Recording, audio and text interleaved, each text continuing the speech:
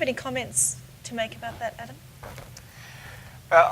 Only that, again, it sort of comes back to the same problem in that the only reason that you would be requiring nurses under those circumstances to be working the night shift is because you've got a shortage of staff and you're unable to find other staff who are in a different stage of life where it's more appropriate for them to be working those shifts. So it sort of, for me, comes back to the same set of problems and the same set of solutions. You need to free up money to have more staff available so that you've got greater flexibility and greater capacity to connect the appropriate members of your nursing workforce to those sorts of duties.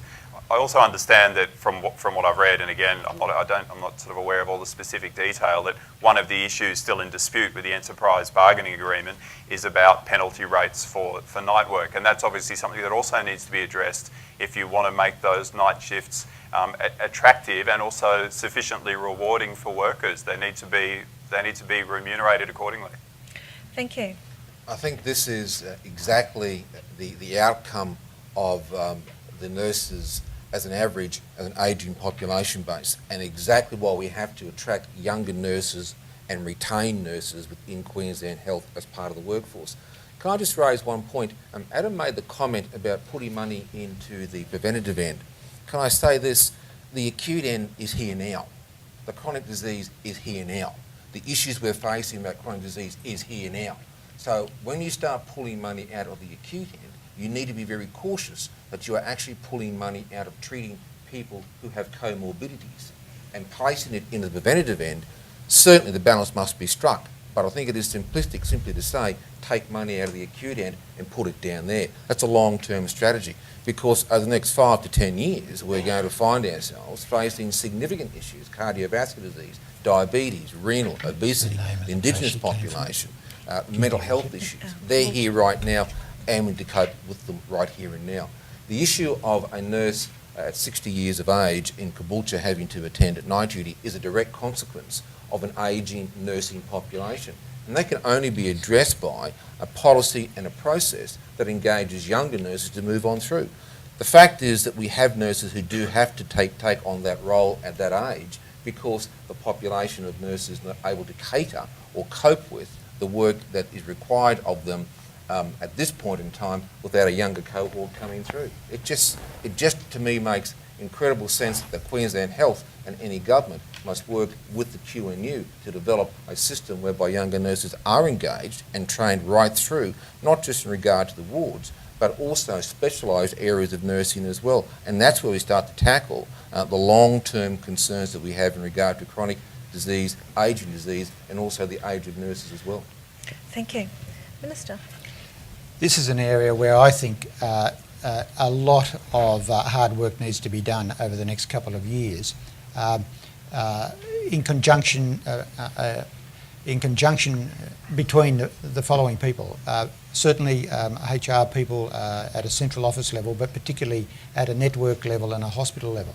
Because what this illustrates, in my view, is the lack of flexibility in the way in which the staffing model is created at that hospital or other hospitals to cater for the availability and the preferences of particular staff.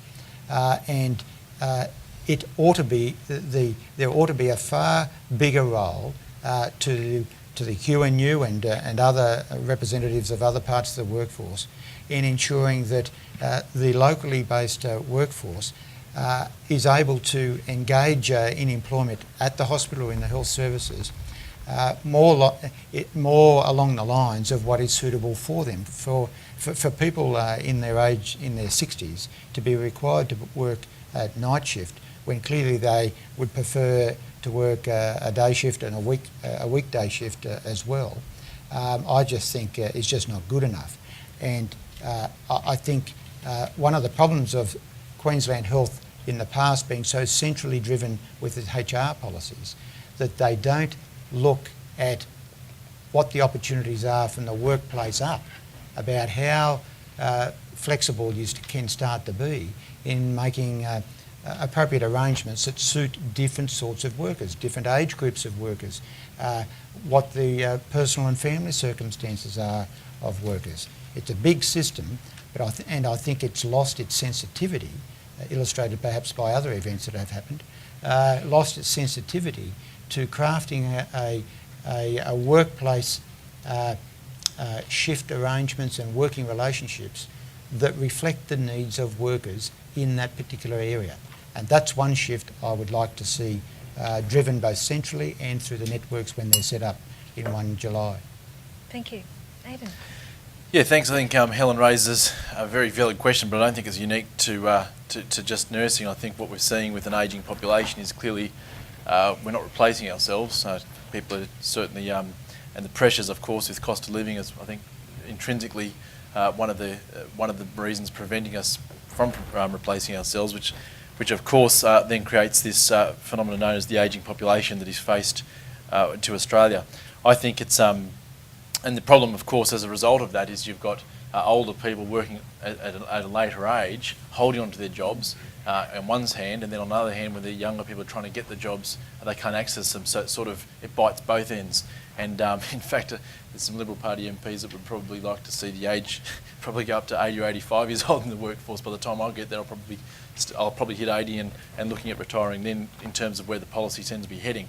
I think Adam made a very valid point though, and I think it was probably misrepresented in terms of the saying goes, a stitch in time saves nine. I don't think Adam was looking at taking the money away from the acute end.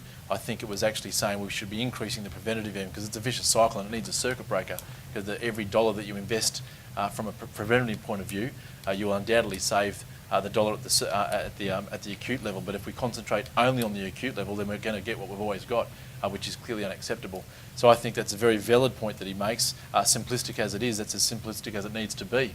I think if we have the total focus on the acute level, then of course it's only going to cost us more and more dollars in the long run. So I think obviously, the question, whilst it may not sound like it links with cost of living, I think it directly does, and I think it's not just unique to this industry, but I think we've got to look at the overall picture in terms of how we're going to deal with the ageing population on a far broader scale than just an isolated question in terms of why people are working at such a late age in these shifts that are undesirable. Thank you. Thank you very much for that. Any chance I can make a quick clarifying comment? Oh, clarifying comment. Adam. Go ahead. Yes, thank you, Aidan. That is what I was saying. I actually was talking about a shift in focus, not a shift in funds. Okay. And the policy measures that we've already announced don't actually take money out of the acute end of the health system. They take money from elsewhere in the budget. And also the Dentacare stuff that we're pursuing at a federal level obviously doesn't affect the state's budget either. Thank you. Thank you very much for But that. you're right, it is a long-term payback, but it's something that we need to start investing in to get that long-term payback. Okay, thank you.